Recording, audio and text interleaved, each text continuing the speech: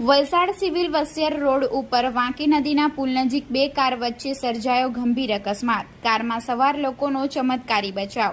તારીખ 23 ઓગસ્ટ શુક્રવારના રોજ રાત્રે 11 કલાકને આજરોજ શનિવારના મળતી માહિતી મુજબ વાપી ખાતે રહેતા ક્રેટા કાર નંબર DN09L2454ના ચાલક પોતાની પુત્રીને વલસાડની સિવિલ હોસ્પિટલ ખાતે મેડિકલ કોલેજમાં ઉતારી પરત વાપી જઈ રહ્યા હતા। જે દરમિયાન વસિયર તરફથી આવી રહેલા એક સેલેરિયો કાર નંબર GJ15CH4168ના ચાલકે સ્ટીયરિંગ પરનો કાબુ ગુમાવી ક્રેટા કારના દરવાજાના ભાગે ધડાકાભેર અથડાવતા અકસ્માત સર્જાયો હતો।